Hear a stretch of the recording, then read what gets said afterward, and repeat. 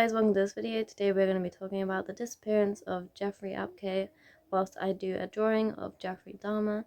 I hope you enjoy this video. If you do, please hit the like button and don't forget to subscribe down below for more. Geoffrey went out with some friends on the evening of Sunday, April 9th, 2000 to celebrate the fact that he had finally started to get his life back on track. The 24-year-old had been convicted of driving while intoxicated 2 years earlier, but had just gotten his driver's license reinstated and was scheduled to start a new job. He and his friends gathered at the Strass House, a popular bar in Covington, Kentucky, remaining there until the bar closed in the early morning hours. No one saw Jeff leave, but the bar closed at 2:30 a.m. and he likely left shortly after this. He had borrowed his grandmother's 1974 Chrysler Newport for the night, but his friends noted that Jeff had been drinking heavily and was in no shape to drive. No one saw him get behind the wheel, and they would have stopped him if they had. Around 3:30 a.m., the car Jeff had borrowed was found on a bridge leading from Kentucky into Indiana. It had been involved in an accident and had 2 blown tires, rendering it undrivable. The keys were still in the ignition, but there was no sign of Jeff. There was at least one witness to the crash, though. He told police that he had seen the driver of the vehicle get out of the wrecked car and into a black Jeep Cherokee that had stopped immediately following the accident.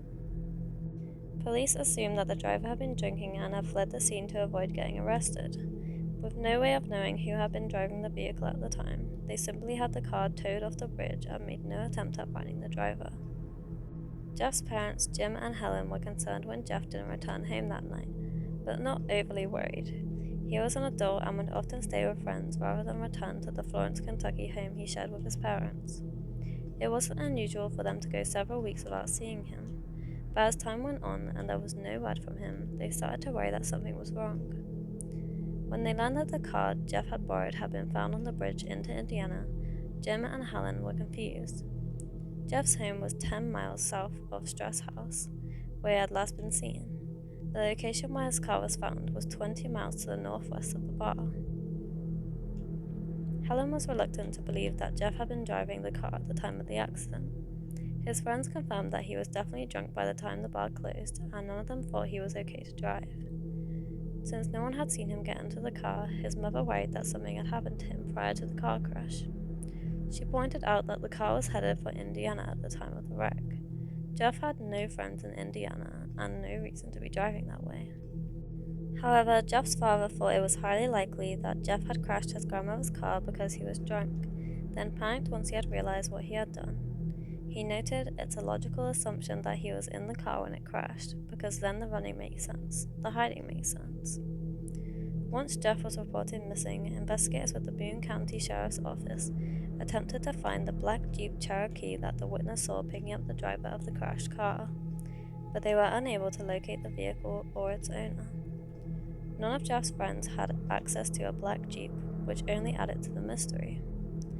If it had been Jeff who got into the Jeep, no one could say where it took him. Detectives admitted they had no idea if Jeff had been the person behind the wheel of the Chrysler when it crashed on the bridge. No one had seen him driving the car, and the person who witnessed the accident had only seen one person get out of the car, but had been unable to describe them. It was possible, though unlikely, that a second person had managed to get out of the car unseen. The part of the bridge where the Chrysler had been found was over dry land, and investigators didn't believe that anyone would have exited the vehicle and then jumped over the side of the bridge. They did search the area underneath where the car was abandoned, but found nothing to suggest that anyone had hit the ground there. When Jeff's parents realized that the Boone County Sheriff's Office was doing little to find their son, they decided to hire a private investigator. Tim Lewis, a retired Kentucky police officer, took the case. He spent weeks questioning all of Jeff's friends and visiting the places the young man had known to frequent. He also checked with hospitals and morgues on the chance that Jeff had been injured or killed. He was unable to find any trace of the missing man.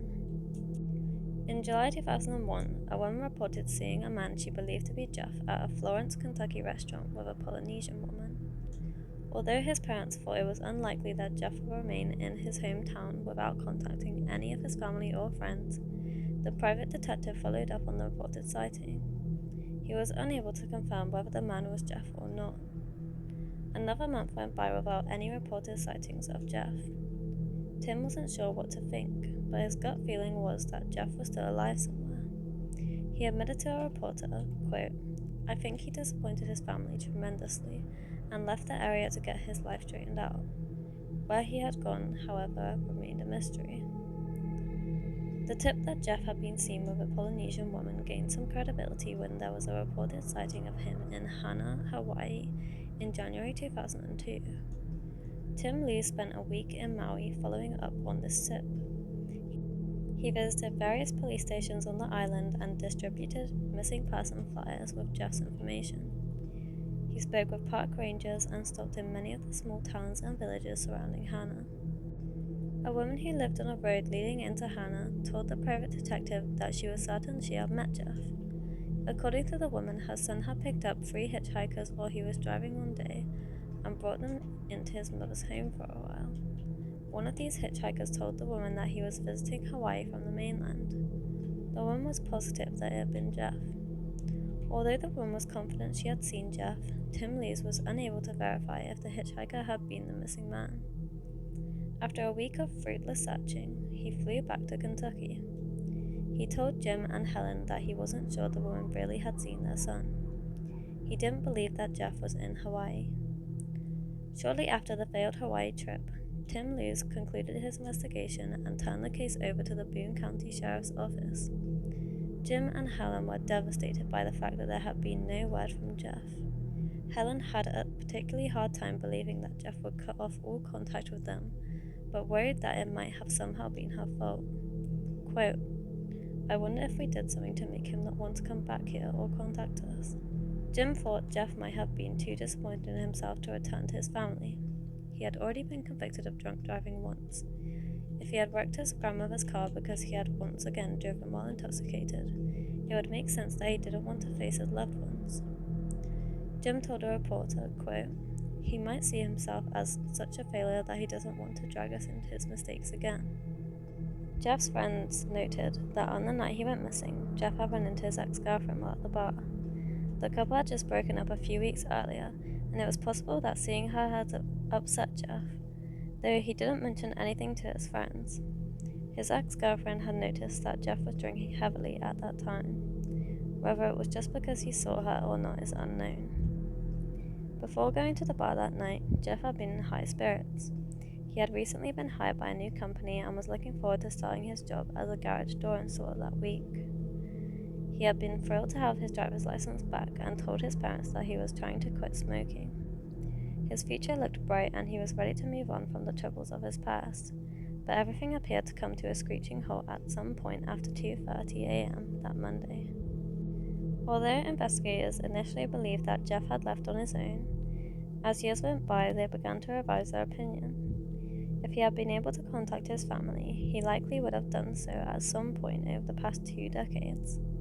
His mother admitted in 2021 that she no longer expected him to come home, but still wanted to know what happened to him. Even after so many years, she still thought about him on a daily basis. Boone County Sheriff's Office LT Philip Ridgell admitted that detectives still had no idea if Jeff had been driving his grandmother's car when it was wrecked. With no evidence to support any one theory, investigators were unable to rule out the possibility of foul play. In 2019, investigators took DNA samples from both Jeff's parents so they could create a DNA profile for him and upload it into a national database. His DNA was then compared to DNA from unidentified bodies across the United States, but there were no matches. The most troubling aspect of the disappearance is the fact that a witness did see someone get out of Jeff's car and get into a black Jeep that then headed towards Indiana. The driver of the Jeep has never been identified. No one has ever come forward to admit that they picked up Jeff or anyone else from the bridge that night. It is possible that the car had been stolen prior to the accident and it was the car thief seen fleeing the scene. Helen doesn't believe that her son would have gone this long without contacting any of his family members or friends. Although she can't think of any reason why someone would have wanted to hurt Jeff, she believes that he was likely a victim of foul play and hopes that she will one day have answers about what happened to him. Geoffrey was 24 years old when he went missing in 2000. He was an independent and free-spirited young man who had many friends and a loving family.